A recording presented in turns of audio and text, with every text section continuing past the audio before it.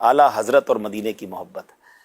یقین کریں اشفاق بھائی، مدینہ منورہ تو صدیوں سے لوگ جا رہے ہیں، اور ہمارے اگر اس 100-150 سال میں اگر ہم دیکھیں تو کروڑوں لوگ جاتے ہیں، لیکن اعلیٰ حضرت امام اہل سنت نے اپنے انداز سے بھی اور اپنے اشعار سے بھی، اپنی تعلیمات سے جو مدینہ منورہ سے وارفتگی کا درس دیا وہ بڑا ہی نرالا اور بڑا ہی پیارا. یقیناً حضرت اویس قرنی رضی اللہ تعالیٰ عنہ کا انداز ہم پڑھتے ہیں، حضرت امام مالک رضی اللہ تعالیٰ عنہ عرصہ دراز مدینہ منورہ ہی میں قیام پذیر رہے مگر کبھی چپل نہیں پہنے، بلکہ رفع حاجت کے لیے مدینے سے باہر جانا ان سے ثابت ہے. مدینہ منورہ میں سواری پر نہ بیٹھنا، یہ بھی جو انہوں نے بات کی نا کہ حدیث پڑھاتے پڑھاتے کھڑے ہو جانا. کچھ عشق کی باتیں وہ ہوتی ہیں جو کتابوں میں نہیں لکھی ہوتی، یعنی کچھ لوگ یہ کہتے بھی ہیں کہ جناب یہ کہاں لکھا ہے، تو یہ بڑے بڑے بزرگوں نے کیا، یہ کہاں لکھا تھا. اگر آج بھی کوئی عشق رسول کے عالم میں کوئی ایسا کام کرتا ہے جو شریعت سے نہیں ٹکراتا تو اس کے بعد اس میں، کیونکہ ادب کی تو کوئی لمٹ نہیں ہے نا، آپ ادب جس انداز سے بھی کریں، ہاں اس کو اس طرح نہ لے جائیں جو شریعت کے کسی حکم سے ٹکرا رہا ہو. تو ادب کے انداز نرالے ہیں، نہ کسی کے رقص پہ طنز کر، نہ کسی کے غم کا مذاق اڑا، جسے چاہے جیسے نواز دیں. یہ مزاج عشق رسول ہے. اور آج بھی یقین کریں مدینہ منورہ میں کبھی کبھی، آج کل تو ویڈیوز بھی آ جاتی ہیں، کسی کا ایک ایسا نرالا انداز دیکھتے ہیں کہ اس کو دیکھ کے ہمیں رونا آ جاتا ہے. یعنی وہ ویڈیو اتنی وائرل ہو جاتی ہے کسی عاشق رسول کے انداز کو دیکھ کر کہ یہ کس انداز سے مدینہ پاک میں حاضری دے رہا ہے. اگر وہ شریعت سے نہیں ٹکراتا تو کیا حرج ہے، اس میں کیا پرابلم ہے. بعض عاشق تو یہ بھی جواب دیتے ہیں نا، یہ ہمارے نصیب میں لکھا ہے. ہاں کہاں لکھا ہے؟ تو ہمارے نصیب میں لکھا ہے، ہمارے نصیب میں عشق رسول لکھا ہے. تو بہرحال آج بھی عشق کے رنگ نظر آتے ہیں. اور اعلیٰ حضرت امام اہل سنت کا جو مدینے سے پیار ہے اس کی تو بہت ساری مثالیں موجود ہیں. اور مدینہ منورہ سے پیار تو جھلکتا ہی آپ کی باتوں میں. لیول ہے نا مدینہ منورہ کے جو سگ ہیں، مدینہ منورہ کے جو کتے ہیں، اس کے لیے جو آپ نے الفاظ استعمال کی، یہ ادب کا بھی مقام دیکھیں کہ ظاہر ہے کہ جو کتا ہوتا ہے یا سگ ہوتے ہیں یہ گوشت پسند کرتے ہیں. تو اعلیٰ حضرت کہتے ہیں کہ ان کو گوشت کھلانا تھا اور اپنے دل کا ٹکڑا کاٹ کے دینا تھا. یعنی گوشت بھی وہ کون سا والا، اپنے دل کا پیس کاٹ کے دے دیتے، کیا ہو جانا تھا، جان چلی جاتی نا. تو کوئی بات نہیں، مدینے کے کتوں سے جان اتنی پیاری ہے. پارا دل بھی نہ نکلا دل سے تحفے میں رضا، ان سگانے کو سے اتنی جان پیاری واہ واہ. یعنی یہ ایک شعر ہی بتا رہا ہے کہ مدینہ تو چیزیں دیگر است، مدینہ پاک کے کتوں سے کس طرح پیار ہونا چاہیے. ایک اور بڑا پیارا شعر ہے، کتنی ادب کی بات ہے. میں جب اسکول پڑھتا تھا نا تو ایک اردو کا ایک بڑا نفیس سا لفظ سیکھا تھا، اور اس زمانے میں بڑا اچھا لگتا تھا کہ یہ بھی لفظ کتابوں میں، اور کتنا اس کے اندر، یعنی سما خراشی.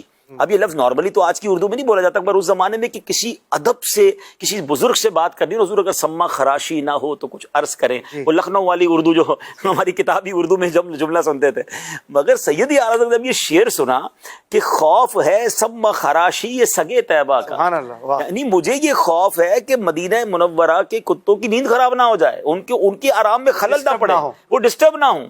خوف ہے سما خراشی یہ سگے طیبہ کا، ورنہ کیا یاد نہیں نالا و افغا ہم کو.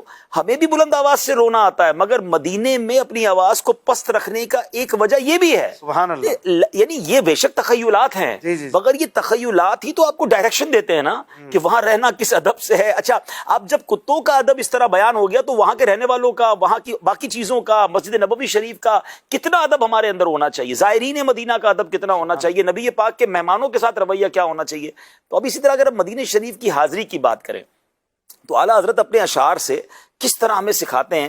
یعنی میرے ون آف فیوریٹ شعر میں ایک شعر یہ ہے کہ جب خاص طور پہ مکے سے مدینے جاتے ہیں نا تو جو راستہ ہے نا وہ راستہ بھی بڑا نرالا ہے. جو تھوڑی دیر بعد مدینہ منورہ کے بورڈز آ رہے ہوتے ہیں تو اعلیٰ حضرت نے اس راستے پر تو شعر لکھا نا کہ واروں قدم قدم پہ ہر دم ہے جانے نو، یہ راہ جاں فضا میرے مولا کے در کی ہے. یعنی یہ راستہ وہ ہے جو آقا کے در پر جا رہا ہے اور میں قدم قدم پر اپنی جان قربان کروں.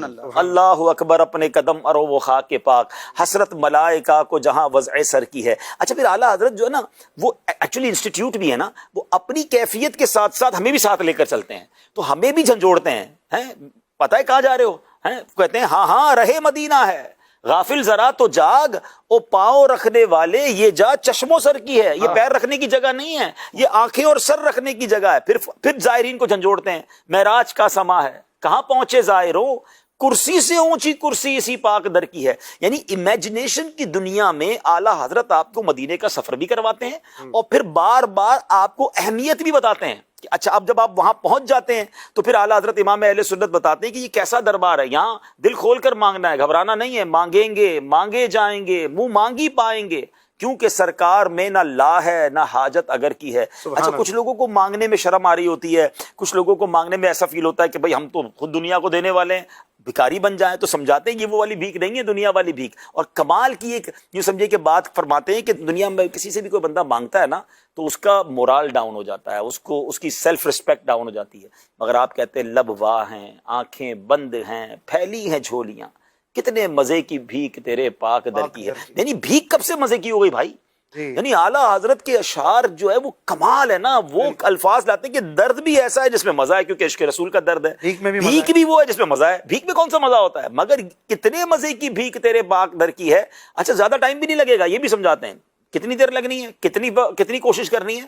منگتا کا ہاتھ اٹھتے ہی داتا کی دین تھی، دوری قبول و عرض میں بس ہاتھ بھر کی. بس آپ نے اسٹارٹ لینا ہے، ادھر سے جھولیاں بھر دی جانی ہے. اچھا پھر آپ کو امید بھی دلاتے ہیں، پھر بعد میں پھر جھنجھوڑتے ہیں کہ دیکھو تو صحیح کس دربار میں آئے، اف بے حیائیاں کہ یہ منہ اور تیرے حضور، ہاں تو کریم ہے، تیری خو درگزر کی ہے. یعنی ہمیں یہ بھی یاد دلاتے ہیں کہ آقا کے در پر جا کر یقیناً مان میں مچلنا بھی ہے اور اپنی خطاؤں پر لرزنا بھی ہے. یعنی کیا ہمیں ایک کیفیت عطا فرماتے ہیں. سبحان اللہ. تو اعلیٰ حضرت پھر سرکار علیہ السلام سے عرض کیسے کرنا ہے کہ حضور ہم سرکار ہم گواروں میں طرز ادب کہاں، ہم کو تو بس تمیز یہی بھیک بھر کی ہے. کبھی کہتے ہیں کہ حضور تیرے ٹکڑوں سے پلے، غیر کی ٹھوکر پہ نہ ڈال، جھڑکیاں کھائیں کہاں چھوڑ کے صدقہ تیرا. یہ جو جس طرح اعلیٰ حضرت ہمیں مدینے لے جاتے ہیں نا، اور نبی پاک سے عرض کرنے کا، پیارے آقا کی بارگاہ میں التجا کرنے کا ہمیں طریقہ اور سلیقہ سکھاتے ہیں، یہ کمال ہے. اور اس میں جو انداز ہے سیدی اعلیٰ حضرت کا، بندہ اگر اس کو اڈاپٹ کر لیتا ہے نا تو پھر خود بھی وہ مدینے پاک میں کیفیت میں رہتا ہے. پھر وہ بار بار اس کو اگر وہ اشعار یاد آتے رہے اور اپنے گناہ بھی یاد آتے رہے. پھر اعلیٰ حضرت امام اہل سنت کے اور بھی بہت سارے ایسے کلام ہیں جس میں نبی پاک علیہ الصلوۃ والسلام کی مہربانیاں، سرکار علیہ الصلوۃ والسلام کی امت سے پیار، پھر ہمارے اپنے گناہوں پر معافی کا ایک انداز. وہ ہے نا کہ مجرم بلائے آئے ہیں، جاؤ کا ہے گواہ. قرآن پاک کی وہ خوبصورت آیت جو ہمیں مدینہ منورہ جانے کا درس دے رہی ہے. اب اس آیت کا کیا خوبصورت اشارہ کر دیا. ہم تو خود نہیں آئے، ہمیں تو بلایا گیا. اور پھر مجرم بلائے آئے ہیں، جاؤ کا ہے گواہ، پھر رد ہو کب یہ شان کریموں کے در کی. ہم کریم کے در پر آ گئے، قرآن کے حکم پر آئے، تو پھر رد کیسے ہونا ہے؟ تو یہ وہ شاندار انداز سیدی اعلیٰ حضرت کا ہے جو میں تو عرض کروں گا کہ مدینہ منورہ جانے والوں کو بالخصوص یہ بینی سہانی صبحوں میں ٹھنڈک جگر، کس کے جو 2 پورے کلام ہیں، یہ کلام تو آپ کے پاس لکھے ہوئے بھی ہونے چاہیے، آپ کے پاس خوش الہان نعت خواں کی آواز میں بھی ہونی چاہیے، اور آپ کو سمجھ بھی آنے چاہیے. یہ تو پورا طریقہ ہے مدینہ منورہ حاضری کا ہے.